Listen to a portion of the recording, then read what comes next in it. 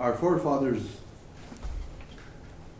used stuff that the animals provided for tools. The story goes back where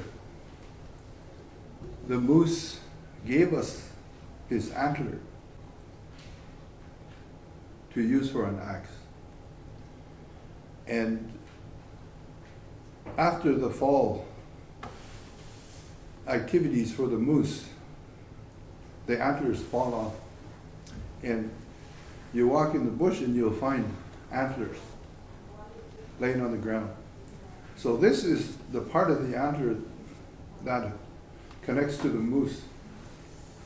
This is his head right here, and this is where the moose antler attaches. And in the fall, this big thing falls off. And so they believe that this is where he gives us his antler to use as a tool. In the beginning, they made axes this way, with the blade, what is called perpendicular to the handle. So when they chopped a tree, they went around the tree like this, and they chipped the pieces out.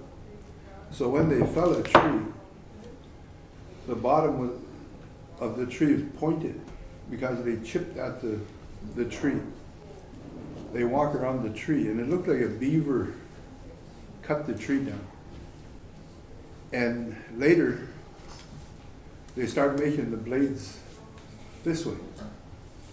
And this was a quicker way of chopping the wood.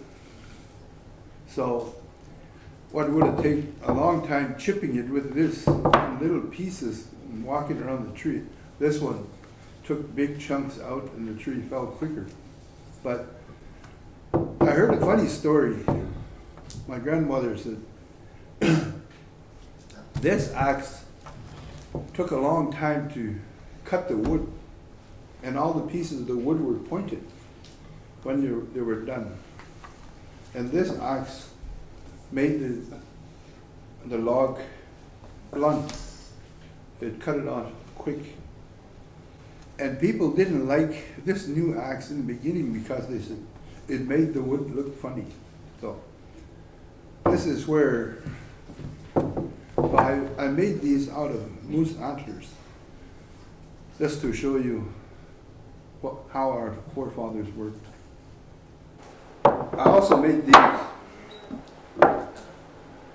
These are from the lower leg bones of a moose. The hoof is here and the joint is here. This part here is where you take that piece and this one here is for fleshing the moose hide, where you take the flesh side of the moose hide, you hit it this way, you wrap this around your wrist, and then you hold it this way, and you take the flesh off of the moose hide. And that's what this is. That's it. So those are the same, just different lengths a little bit? Yeah, and sometimes you make them a bit different because people like different weights. Right. The younger person may be helping an older person. Yeah. So they come in various sizes. Is that the kind of thing where they would get dull after a while and you'd have to resharpen them, or is that not? Well, yeah, they are resharpened Okay. throughout time, but they also have little teeth like on here. So if you look closer, there's teeth on these things. Okay. If I recall, I remember when I was younger, we were doing something with beaver hides, and we were using something like that, but it wasn't the bone.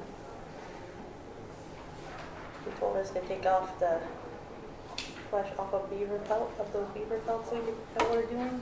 I can't remember. I was kind of young by then, so it was a long time ago. The one for the beaver pelt would be like this section here, So you cut it here, and you have just a little piece, a flat piece about this long, and you take all this away. But that one there, you hold it in your hand it just holds in the bottom of your hand here, and then you skin the beaver with it. It's not a whole bone, it's just a portion of this bone. Because it's that much easier? Yeah, well, you try skinning a beaver with a knife, and it's hard. But when you use a bone like this, you just cut it open, and then you start. It's really quick. You just push the fat and the meat away from the skin. Yeah. So if you ever watch a professional do it, they are good. Okay. Like how long would it take generally to do like a beaver pelt? I've seen it done probably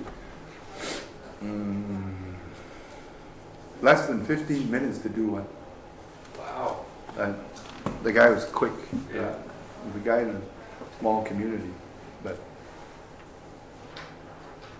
And what about the moose hide that you would use these on? yeah, we'd use these bigger ones. How long would it take to do a moose? Like hours, I would presume. Oh yeah, days. Days. Yeah, the flushing part, you do it in one day. I used to do that with my grandmother and my great aunt. You have a big rack where you tie the moose. You got four logs going, two this way and two this way, and then you tie the moose hide up. You lean it against a support, and you climb up on the hide. So you run a pole. You got two logs here, and the moose hide is stretched here. You run a pole across, whatever height you want, because there's all those ropes holding the hide on. You just run a pole through there. You climb up and sit on the pole, and you start removing the flesh from the hide. And then as you work your way down, you move the pole further down. Okay. And it's done in one day. When you're younger, it's a lot of fun. But I can't imagine doing that today. Would there be a couple people working on it at one time, or is it, yeah? Yeah, that time there was three of us on there. Moose hide is big, Yeah. bigger than this table, so it's easy to put three people together at once.